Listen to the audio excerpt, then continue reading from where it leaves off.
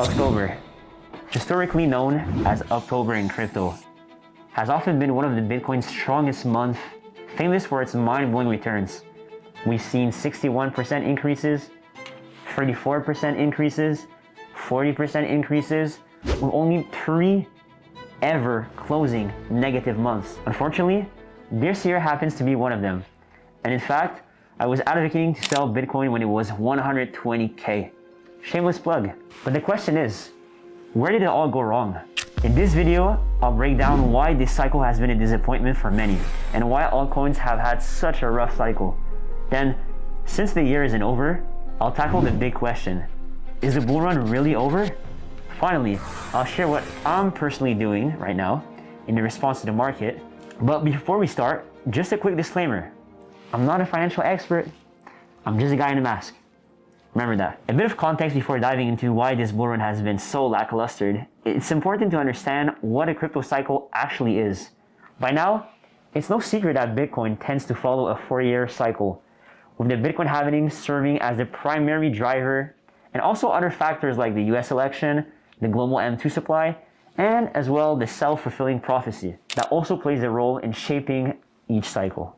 Now that you have a small understanding of the cycle, it's time to tackle the question. Why is this cycle such a disappointment? The 3 big factors in my opinion are an oversaturation of altcoins. According to CoinGecko and Tangent, in December 2021, there were around 443,500 cryptos projects listed on decentralized exchanges. Fast forward to now, that number has skyrocketed to 37 million. That's roughly 83 times more projects in just 4 years. With so many projects flooding the market, liquidity is spread too thin, making it extremely hard for coins to sustain meaningful upwards momentum. Imagine filling up 443,500 buckets of water with a limited amount of water to 37 million buckets instead. You have way less water in every bucket now than back when you had to fill up a lesser amount. It's no wonder we haven't seen a major alt season this bull run. The market has become extremely oversaturated with absolute garbage like Fartcoin, Cumrocket, Nutcoin, and don't forget Harry Potter Obama Sonic 10 Inu. To make things worse, this cycle has been what many call a kangaroo market. A kangaroo market is a type of market that makes you want to tie a rope around your neck and jump. Kidding.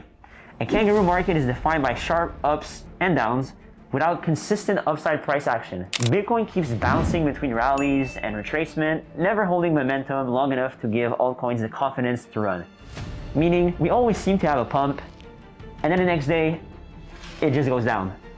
To have altcoins go up, we need consistent price action and consistent Bitcoin prices going up. Investors need confidence to risk capital on altcoins.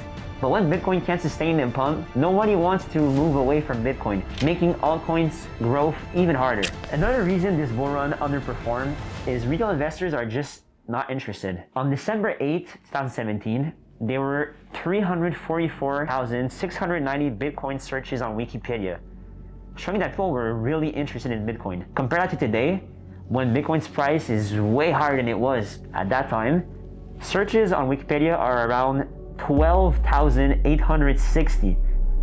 That shows that people are just not interested in Bitcoin anymore. The demand for Bitcoin seems to have disappeared from the average Joe, but it seems to have skyrocketed for the institutions and big players. I wonder why? Simple. Money and macroeconomics. According to Forbes, US credit card debt have reached 1.21 trillion by Q2 2025. And back in 2017, total credit card debt was 784 billion. People are so much more in debt now than they were before in the past. How can you expect them to have money to buy assets? Doesn't make sense. And inflation from 2017 to 2025 is 31% higher.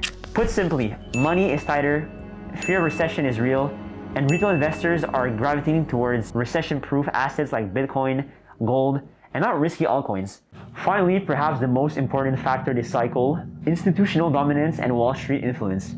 Big players like BlackRock, Binance, and the US government, even the president, can move markets with a single announcement.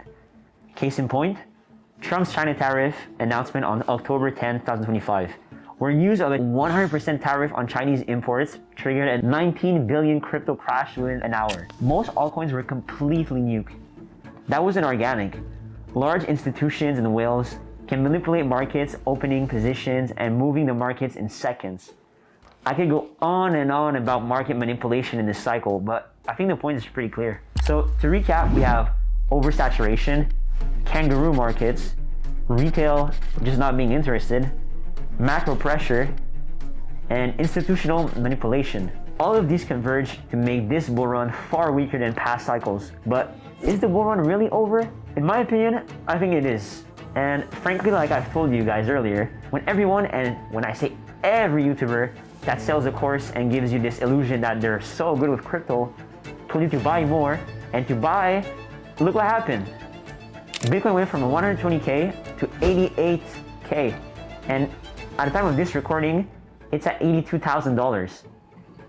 Regardless on if the market recovers from this point, which I don't see happening in occasions of some minor rallies, if you sold when I told you and bought back, you would have made almost half a Bitcoin and way more on altcoins. Even if I want to praise myself and toot my own horn, the truth is, no one knows where we're going from here. If someone claims they do, they're lying. But I don't miss often with my calls. Crypto is about predicting every short-term move.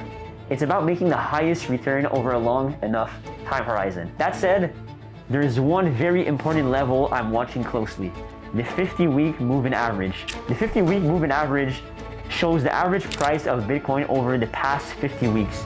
Historically, Bitcoin has never closed below this level in a bull run. Traders and investors often view this as a critical support line.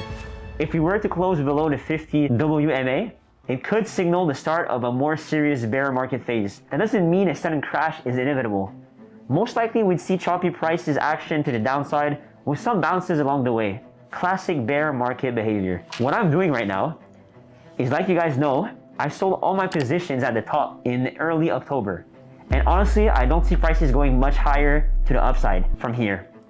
Even if I'm wrong and Bitcoin rallies, how high would it really go? Remember, altcoins lag Bitcoin. I can wait until Bitcoin clearly shows strength and jump in with minimal risk. Meanwhile, the downside in a bear market is massive. Bitcoin drops typically around 70%, and altcoins often get hit even worse. Most people fear the bear market, they dread it. But honestly, I'm praying for a 70% crash.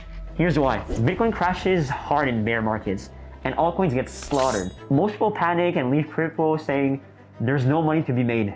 But if you look at the last bear market in 2022, when everyone said crypto was dead, I saw opportunity, and I bought Ethereum at $1,000, Solana at $19, Bitcoin at 15K. While everyone else doubted, I treated crypto like a discount. The truth is, having the uncommon opinion is not easy, but if you want an uncommon wallet, you need uncommon decisions.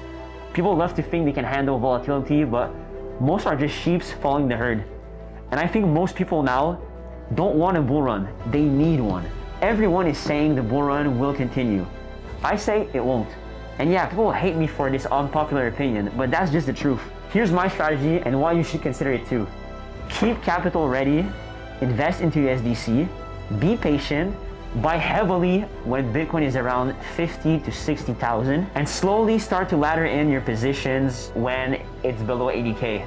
So every time Bitcoin gets below 80K on red days, throw a bit of change, and then when it gets to these lower prices, that's when you start to put lots of capital inside. If you found this video helpful or learned something, please leave a like and leave a comment on what you would like to see next. Last thing is I'm gonna do a face reveal at 10K subs on YouTube or on Instagram. So if you want to see the face, you know what to do.